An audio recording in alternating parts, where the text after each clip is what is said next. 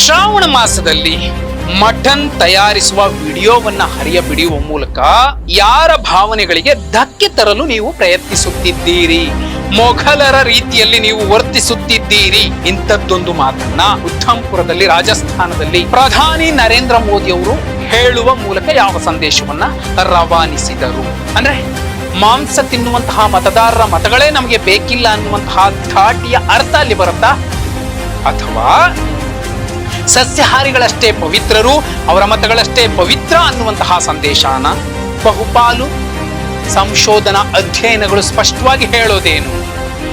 ದೇಶದಲ್ಲಿ ಪ್ರತಿ 10 ಮಂದಿಯಲ್ಲಿ 7ರಿಂದ 8 ಮಂದಿ ಮಾಂಸಾಹಾರಿಗಳಿದ್ದಾರೆ.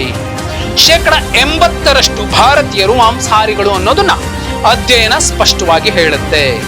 ಚುನಾವಣಾ ಆಯೋಗದ ಪ್ರಕಾರ 2024ರ ಹೊತ್ತಿಗೆ ದೇಶದಲ್ಲಿ 97 ಕೋಟಿ ಮತದಾರರಿದ್ದಾರೆ. ಈ ಪೈಕಿ ಅಧ್ಯಯನಗಳ ಲೆಕ್ಕದಲ್ಲೇ ಹೇಳೋದಾದ್ರೆ 79 ಕೋಟಿ ಜನ ಮತದಾರರು ಮಾಂಸಾಹಾರಿಗಳಿದ್ದಾರೆ. ಅಲ್ಲಿಗೆ 97 ಕೋಟಿ ಮತದಾರರ ಪೈಕಿ 79 ಕೋಟಿ ಮಾಂಸಾಹಾರ ಬಯಸುವಂತಹ ಮತದಾರರು ಯಾರಿದ್ದಾರೆ, ಇವರ ಮತಗಳು ನಮಗೆ ಬೇಡ ಅನ್ನುವಂತಹ ಸಂದೇಶವನ್ನ ಪ್ರಧಾನಿ ನರೇಂದ್ರ ಮೋದಿ ಅವರು ಕೊಟ್ಟಿದ್ದಾರೆ ಅನ್ನೋದಾದ್ರೆ, ಯಾಕಂದ್ರೆ ಕೇವಲ 20% ಜನರ ಭಾವನೆಗಳಿಗೆ ಧಕ್ಕೆ ಆಗುತ್ತೆ ಅಂತ 80% ಜನರ ಆಹಾರ ಪದ್ಧತಿಯನ್ನ ಹೀಯಾಳಿಸುವುದು ಅಥವಾ ಅದನ್ನ ಖಳ ದೃಷ್ಟಿಕೋನದಲ್ಲಿ ತೋರಿಸುವಂಥದ್ದು, ವಿಲನ್ ಶೇಡ್ ನಲ್ಲಿ ತೋರಿಸುವಂಥದ್ದು ಅಥವಾ ಬಿಂಬಿಸುವಂಥದ್ದು, ಅಂತದ್ದೊಂದು ನರೇಟಿವ್ ಸೆಟ್ ಮಾಡುವಂಥದ್ದು ಪ್ರಧಾನಿ ಮೋದಿ ಅವರು ಮಾಡಿದ್ದು ಎಷ್ಟು ಸರಿ ಅನ್ನುವಂಥದ್ದು ಬಹುಮುಖ್ಯ ಸಂಗತಿ. 2019ರ ಲೋಕಸಭಾ ಚುನಾವಣೆಯಲ್ಲಿ ಇಡೀ ದೇಶದಲ್ಲಿ ಚುನಾವಣಾ ಆಯೋಗದ ದಾಖಲೆಗಳ ಪ್ರಕಾರ 61,41,72,823 ಜನ ಮತ ಹಾಕಿದ್ರು. ಈ ಪೈಕಿ ಬಿಜೆಪಿ 23 ಕೋಟಿ ಜನರ ಮತವನ್ನ ಪಡೆದಿತ್ತು. ಈ 23 ಕೋಟಿ ಜನರಲ್ಲಿ ಮಾಂಸಾಹಾರಿಗಳು ಕೂಡ ಇದ್ರು, ಅವರೇ ಬಹುಪಾಲು ಜನರಿದ್ರು. ಕೇವಲ 3 ಕೋಟಿ ಜನರಷ್ಟೇ ಸಸ್ಯಾಹಾರಿಗಳು ಬಿಜೆಪಿಗೆ ಮತ ಹಾಕಿದ್ರು. 303 ಸ್ಥಾನಗಳನ್ನು ಬಿಜೆಪಿ ಗೆಲ್ಲೋದಕ್ಕೆ ಸುಮಾರು 20 ಕೋಟಿ ಮಾಂಸಾಹಾರಿ ಮತದಾರರ ಮತಗಳು ಬಿದ್ದ ಕಾರಣಕ್ಕೇನೆ ಬಿಜೆಪಿ 2ನೇ ಸಲ ಅಧಿಕಾರಕ್ಕೆ ಬಂತು. ಮೋದಿ ಅವರು 2ನೇ ಸಲ ಪ್ರಧಾನಮಂತ್ರಿ ಆದ್ರು. ಹಾಗಿದ್ರೆ ಮೋದಿ ಅವರು ಮಾಂಸಾಹಾರಿನೋ ಸಸ್ಯಾಹಾರಿನೋ? ಲೈವ್ ಮಿಂಟ್ ಪತ್ರಿಕೆಯ ಒಂದು ವರದಿಯನ್ನ ನಿಮ್ಗೆ ತೋರಿಸ್ತೀನಿ ನೋಡಿ. ದೇಶದ 14 ಮಂದಿ ಪ್ರಧಾನಮಂತ್ರಿಗಳ ಪೈಕಿ 8 ಮಂದಿ ಅರೆ ಸಸ್ಯಾಹಾರಿ ಮತ್ತು ಕಾಯಂ ಸಸ್ಯಾಹಾರಿಗಳು ಅನ್ನೋದನ್ನ ಸ್ಪಷ್ಟವಾಗಿ ಹೇಳುತ್ತೆ. ಯಾರು ಸಸ್ಯಾಹಾರಿ ಅಥವಾ ಅರೆ ಸಸ್ಯಾಹಾರಿ ಪ್ರಧಾನಮಂತ್ರಿಗಳು? ಏನಿದು ಅರೆ ಸಸ್ಯಾಹಾರಿ? ಇಷ್ಟು ಕೆಲವು ಸಂದರ್ಭಗಳಲ್ಲಿ, ಈಗ ಎಕ್ಸಾಂಪಲ್, ಮೋದಿ ಅವರು ಹೇಳಿದ್ರು ಶ್ರಾವಣ ಮಾಸದಲ್ಲಿ ತಿನ್ನಬಾರದು. ಓಕೆ, ಅಂಥವು ಶ್ರಾವಣ ಮಾಸದಲ್ಲಿ ತಿಂದೇ ಇರೋರು, ಸೋಮವಾರ, ಶುಕ್ರವಾರ, ಮಂಗಳವಾರ, ಬುಧವಾರ, ಗುರುವಾರ ತಿಂದೇ ಇರುವಂಥವ್ರು, ಕೇವಲ ಭಾನುವಾರ ತಿನ್ನುವಂಥವ್ರು, ಮಂಗಳವಾರ ತಿನ್ನುವಂಥವ್ರು 8 ಜನ ಇದ್ದಾರೆ. ಆ 8 ಜನ ಯಾರು? ಲಾಲ್ ಬಹದ್ದೂರ್ ಶಾಸ್ತ್ರಿ ಅವರು ಪ್ಯೂರ್ ವೆಜಿಟೇರಿಯನ್ ಅನ್ನುವಂಥದ್ದು. ಮೊರಾರ್ಜಿ ದೇಸಾಯಿ ಅವರು, ಚರಣ್ ಸಿಂಗ್ ಅವರು, ಚಂದ್ರಶೇಖರ್ ಅವರು, PV ನರಸಿಂಹರಾಜ್ ಅವರು, HD ದೇವೇಗೌಡರು, ಅವರ ನಂತರದಲ್ಲಿ ನರೇಂದ್ರ ಮೋದಿ ಅವರು ಕೂಡ ಸಸ್ಯಾಹಾರಿ ಪ್ರಧಾನಮಂತ್ರಿಗಳ ಲಿಸ್ಟ್ಗೆ ಬರ್ತಾರೆ ಅನ್ನೋದನ್ನ ಲೈವ್ ಮಿಂಟ್ ಪತ್ರಿಕೆಯ ವರದಿ ಸ್ಪಷ್ಟವಾಗಿ ಹೇಳುತ್ತೆ.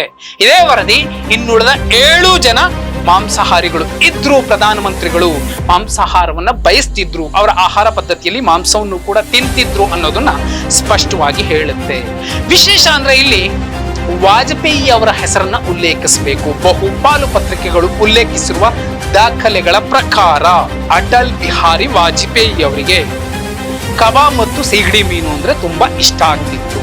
ಅವರು ಚಿಕನ್ ಅನ್ನು ಕೂಡ ಇಷ್ಟಪಟ್ಟು ತಿಂತಿದ್ರು, ಮದ್ಯವನ್ನು ಕೂಡ ಅವರು ಸೇವಿಸುತ್ತಿದ್ದರು ಅನ್ನುವಂಥದ್ದನ್ನ ದ ಪ್ರಿಂಟ್ ಮತ್ತು ಬಿಸಿನೆಸ್ ಲೈನ್ ಪತ್ರಿಕೆಯ ವರದಿಗಳು ಸ್ಪಷ್ಟವಾಗಿ ಹೇಳ್ತವೆ. ಪ್ರಧಾನಿ ಮೋದಿ ಅವರೇನೋ ಸ್ಪಷ್ಟವಾಗಿ ಹೇಳಿದ್ರು, ಮಾಂಸಾಹಾರವನ್ನ ತಿಂದು ಆ ವಿಡಿಯೋವನ್ನ ವೈರಲ್ ಮಾಡಿ ನೀವು ಮೊಘಲರ ರೀತಿಯಲ್ಲಿ ವರ್ತಿಸುತ್ತಿದ್ದೀರಾ ಅನ್ನೋದನ್ನ ಮೋದಿ ಅವರು ಹೇಳಿದ್ರು. ಆದ್ರೆ ಅದನ್ನು ಯಾವ ರೀತಿ ಅರ್ಥೈಸ್ಕೊಳ್ಬೇಕು? ದೇಶದ 80% ಅಂದ್ರೆ ಸರಿಸುಮಾರು 80 ಕೋಟಿ ಜನ ಮಾಂಸಾಹಾರಿಗಳು ಯಾರಿದ್ದಾರೆ, ಅವರು ಏನ್ ಅನ್ಕೋಬೇಕು?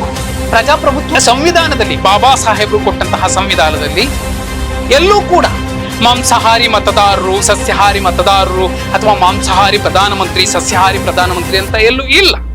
ಅದರ ಉಲ್ಲೇಖವನ್ನೇ ಅವರು ಬಳಸಿಲ್ಲ.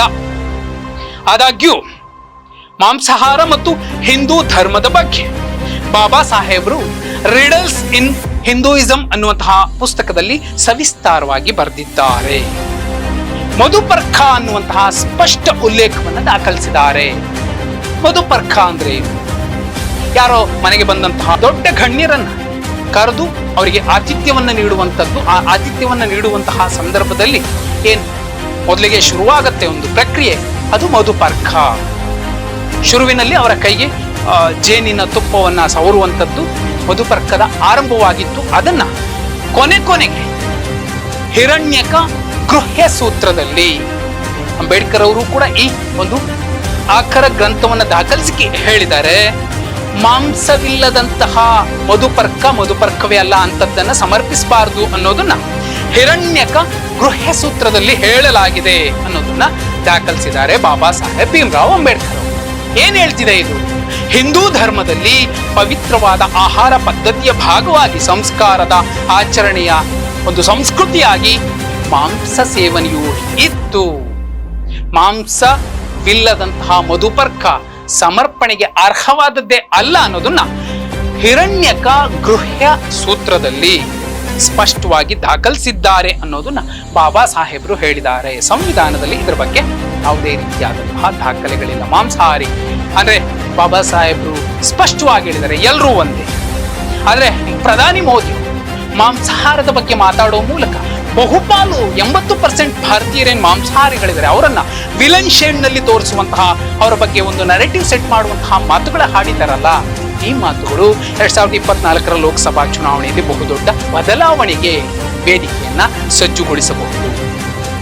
ಈಗ ಅಸಲಿ ವಿಚಾರಕ್ಕೆ ಬರೋದಾದ್ರೆ 2024 ಲೋಕಸಭಾ ಚುನಾವಣೆಯಲ್ಲಿ ಮಾಂಸಾಹಾರಿಗಳು 80% ಜನ ಏನಿದ್ದಾರೆ ಭಾರತೀಯರು, ಅವರು ಮೊಘಲರು ಅನ್ನುವಂತಹ ಒಂದು ಧಾಟಿಯಲ್ಲಿ ಮೋದಿ ಅವರು ಮಾತಾಡಿದಾರ. ಇಬ್ರು ನಾಯಕರು ಮಾಡಿದಂತಹ ಒಂದು ವಿಡಿಯೋ ಅವ್ರು ಮಾಡಿದ ತಪ್ಪು ಅನ್ನೋದನ್ನ ಮೋದಿ ಅವರು ಹೇಳ್ತಿದ್ದಾರೆ. ಆದ್ರೆ ಅವರ ರೀತಿಯಲ್ಲೇ ಸಾಕಷ್ಟು ಜನ ಅದನ್ನ ಬಯಸ್ತಾರೆ, ಅವರನ್ನು ತಿಂತಾರೆ. ಆಹಾರ ಪದ್ಧತಿ ಇದೆ ಅವರದ್ದು.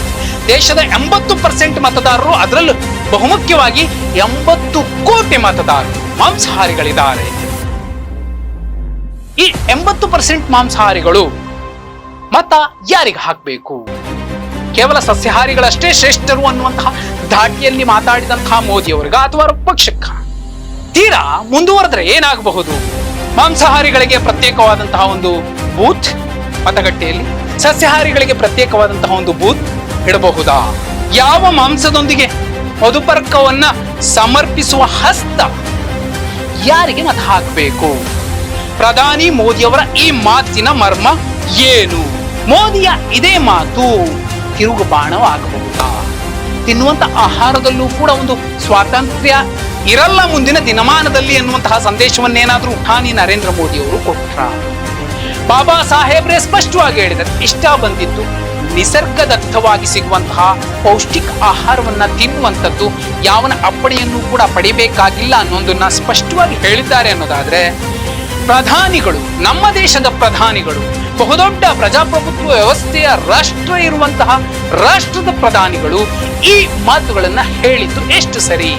ಹಾಗಿದ್ರೆ ದೇಶದ 80% ಮಾಂಸಾಹಾರಿ ಮತದಾರರು ಯಾರ ಪರ ನಿಲ್ಬೇಕು?